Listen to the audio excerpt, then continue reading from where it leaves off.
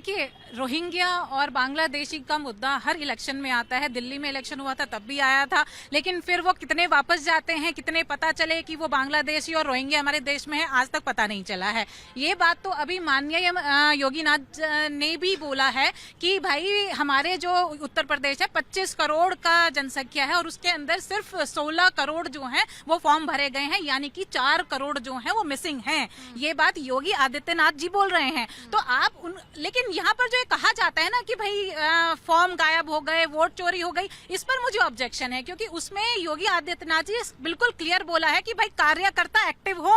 आपके बूथ के अंदर अगर कोई मिसिंग है तो आपके पास टाइम है, 12 दिन बचे हैं, जितने भी दिन बचे उसमें आप उसके फॉर्म दाखिल करवाएं और ऑब्जेक्शन डालें। तो ये गलती किसकी है? ये कार्यकर्ताओं की गलतियां हैं जो आप अपनी पार्टियों को नहीं देखते हैं, और जो बीजेपी है वो एक्टिव है और वो काम करवा ले जाती है। फिर आप लोग कह देते हैं कि वोट चोरी।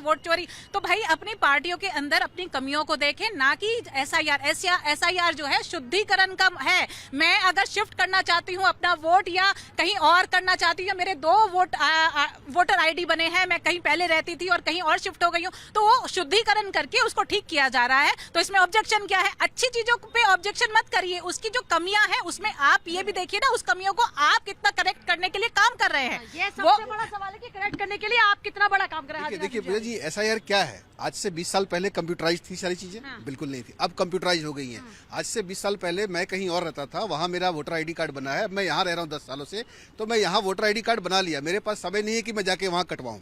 तो अब क्या हो रहा है, जब ऑनलाइन होने से क्या फायदा हो रहा है कि मैं वहाँ नहीं हूँ, ऑटोमेटिकली कट जाएगा। ऐसे ही ये जो अब 22 साल के बाद एसआईआर हो रहा है।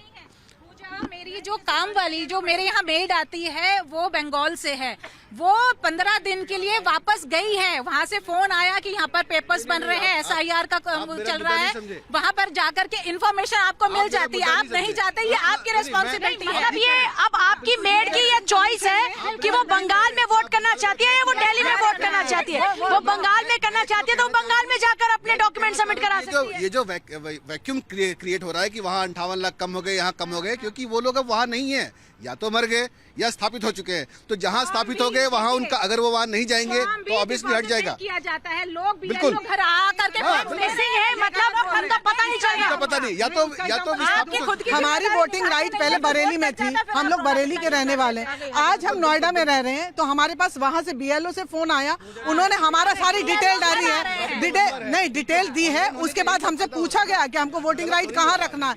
उससे क्या होगा, जो हमारा डबल हमारी जगह जहाँ आ रहे थे उससे काउंट तो उतना होगा ना कि हम लोग डबल गिने जाएंगे। उससे ये पूरा क्लियर हो रहा है कि हमारी वोटिंग राइट हमें कहाँ रखनी है, उसको वहाँ लाना है, वो फॉर्म लाना है।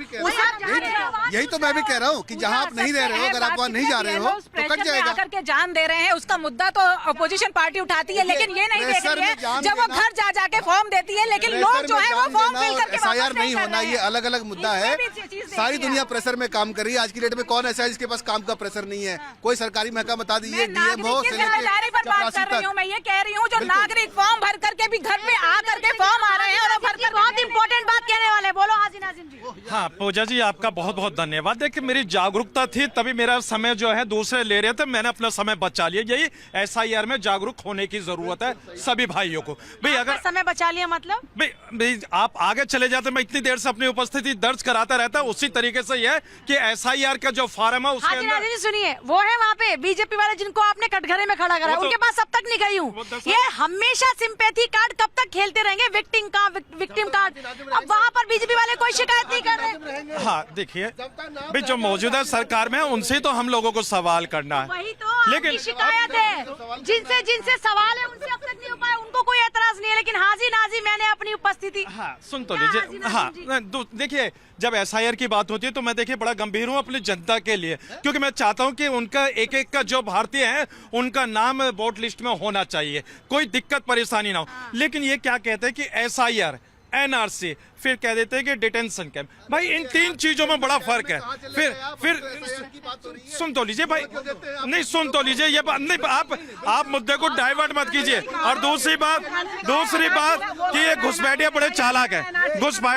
घुसपैठिया बड़े चालाक हैं, इतने चालाक है कि एक एक करके बात करते हैं। अभी सीए एनआरसी नहीं आ रहा, अभी उस पर बात नहीं हो रही, अभी एसआईआर पर बात करें, अभी उस पर बात करें। हाँ, अब सुन लीजिए, मैं कहता हूँ ये घुसपैठिया बड़े चालाक हैं, बड़े पढ़े लिखे घुसपैठिया हैं, और इतने घुसपैठिया कि आम जनता को पता नहीं चल पाता। उस राज्य में पहले पहुंच जाते हैं जहाँ पर इलेक्शन होता है, और वहाँ अपनी उपस्थिति दर्ज करवाते हैं कि आज घुसपैठिया। वैसे किन किन राज्यों में अभी हो रहा है, किन किन राज्यों में हुआ है एसआईआर की प्रक्रिया कंप्लीट? हाँ उन देखिए, सभी राज्यों में हो रहा है क्या अभी चुनाव? हाँ देखिए, मैं तो कहता हूँ कि बिहार के अंदर हुआ है। नहीं आपने, क्योंकि अरे हाजी राम जी, आपने ये कहा कि जिन जिन राज्यों में होता है चुनाव वहाँ पहुँच जाते घुसपैठिए, तो अभी जिन जिन राज्यों में हुआ, क्या उन सभी राज्यों में अभी चुनाव है क्या उससे पहले एसआईआर का मुद्दा था? अब इधर उधर ये मत कीजिए हाजी राम जी, नहीं, come अब to the दिल्ली, point। अब दिल्ली के नहीं, दिल्ली के अंदर जब चुनाव हुआ तो किस बेस पे हुआ? घुसपैठियों के। अरे यहाँ क्या नाम है, बिहार के अंदर जो चुनाव हो रहा हुआ जो है, यहाँ पे भी घुसपैठियों के लिए।